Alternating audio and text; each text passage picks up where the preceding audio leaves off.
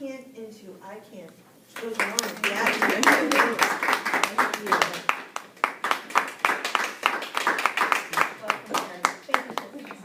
Terry, if I can get your book, I'll read your objectives. Absolutely. I'll take it. I'll take it. Thank you. I have it open to project number 3.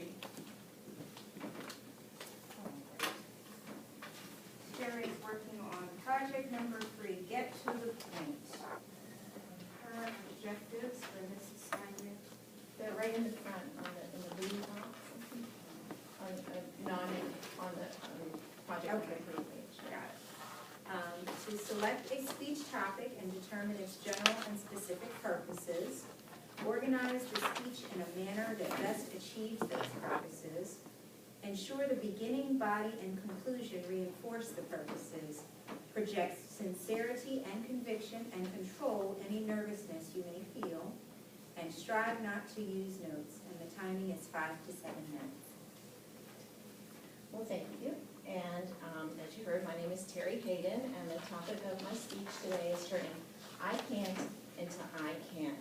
I'm hoping by the end of my talk today that you'll feel motivated to go out and set new goals and achieve them. Have you ever thought of quitting a bad habit? Maybe learning something new?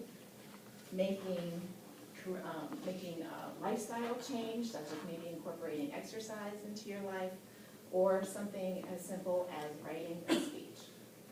I know I have, but there's always something that seems to kind of tries to make me hesitate when making a change. So I wanted to take just a minute to explain a little bit to you about human behavior. It seems that whenever I go to get on the bus, I notice that when I'm commuted to DC, I would notice that everyone would tend to sit in the same seat. Or going to church, I always sit on the same side, in the same pew, and I'm surrounded by the same people. I've often thought of just switching to the other side so I can meet new people at the church I've been going to for years. That's just an example of how we like to stay with what's familiar to us, and changes can sometimes be difficult. There's a learning theorist named B.F. Skinner, and he developed a theory called behaviorism. And what that basically says is that people and animals, he did a study on animals as well, they tend to repeat behavior that's positively reinforced, and they'll start to try to change behavior that's negatively reinforced. For example, I used to be a smoker, and the act of smoking and satisfying that nicotine craving was positive reinforcement for me, so I kept doing it. Then when I would go to climb the stairs and I was out of breath, or the social stigmatism that started coming upon smokers, that became the negative reinforcement, and that got me to think about change. But being a human, of course, I was naturally resistant to change. One supported the habit, and the other started making me think about changes. Well, there's 3 steps into making changes and to setting goals that I'm going to share with you today. And that will take you from I can't to I can. The first step I want to share with you is metacognition. The second step is setting goals. And the third step is overcoming setbacks. Metacognition is the act of thinking about your thinking. You need to think when you're setting a goal, you know, is my thinking setting me up for success, or is it setting me up for failure? For example, I was taking a course, and I had an assignment where I could choose from 2 ways to show the assignment. And the assignment was instructional strategies for English language learners. Well, the first choice was doing a case study where I could write a very long paper, which I wasn't very interested in that.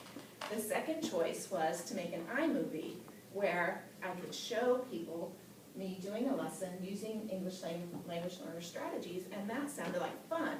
But then I had to think about my thinking, because the first things that popped in my head, you can't make an iMovie, you don't have the app on your computer.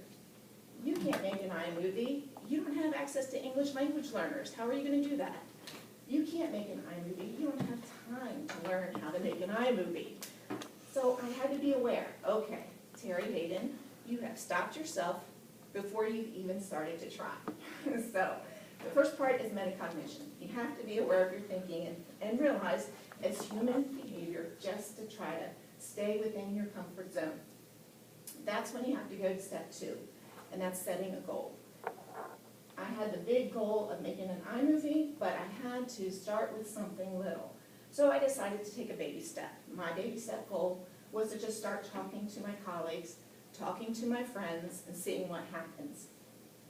I did that, and it wasn't long before a friend said, hey, I know this Spanish family, their children are all English language learners, and within a week, I was at their home doing a lesson in between school and soccer practice, and I was able to reach my goal by just starting with a little step. So the third step is overcoming setbacks, which in life, there's always some kind of setback. And when you get to a setback, you need to go back to step 1. Think about how you're thinking about that setback. Are you letting that setback derail you and stop you from going the rest of the way? That's right, I said, are you allowing that setback to stop you? Because it's your thoughts on how you're going to handle that setback that will determine your actions. So you've already decided, okay, I know I can do this. It's just a setback, so then you go back to step 2. Reassess your goals. Maybe you need to change your direction. Maybe you need to make it a little smaller. Whatever it is, just recheck your goals. And then if you have another setback, you just keep going. It's like a wheel. You go back to step 1. Think about how you're going to handle it. Set another goal. Then if you have another setback, you just keep going forward.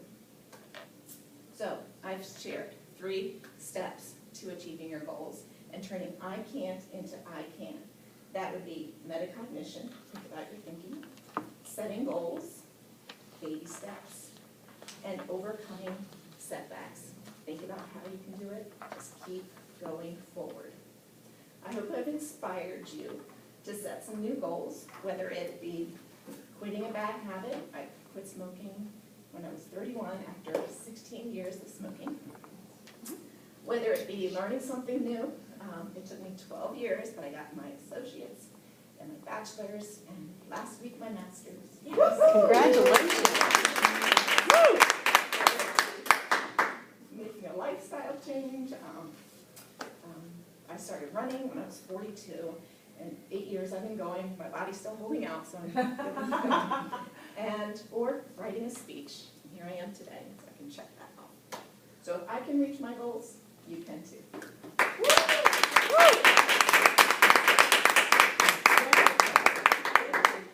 Your body's still holding out because you started at 42. Mine's giving out because I started at 20. That's right. Speaker number 2 is Miss Carrie Miller. And I wrote down the name